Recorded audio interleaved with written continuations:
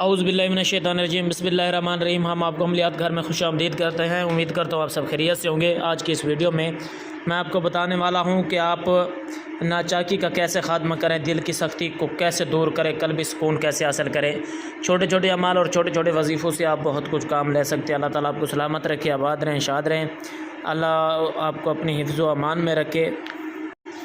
جن کو دل کی بے چینی ہے، قلبی سکون کے لیے دل کی بے چینی اور بدگمانی دور کرنے کے لیے ہر نماز کے بعد آنکھیں بند کر کے 99 مرتبہ یا اللہ یا رحمان یا رحیم پڑھا کرے اور پھر اپنے اوپر دم کر لیا کرے۔ انشاءاللہ اس عمل کی برکت سے اس کو سکون حاصل ہوگا، قلب مطمئن ہوگا اور بے چینی کا خاتمہ ہو جائے گا۔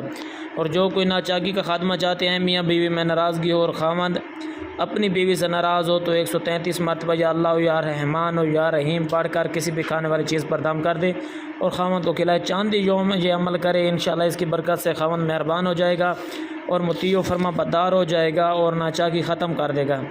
اگر کوئی دل کی سختی چاہتا ہے کہ دور ہو جائے، جس کا دل بہت سخت ہو، اس میں رحم کا جذبہ پیدا نہ ہوتا ہو، تو ہر نماز کے بعد 111 مرتبہ یا اللہ یا رحمان یا رحیم پڑھ کر اپنے اوپر دم کر لے۔ انشاءاللہ اس کے دل کی سختی دور ہو کر نرمی میں تبدیل ہو جائے گی اور اس کے اندر رحمت اور شفقت کا جذبہ پیدا ہو جائے گا انشاءاللہ تعالی۔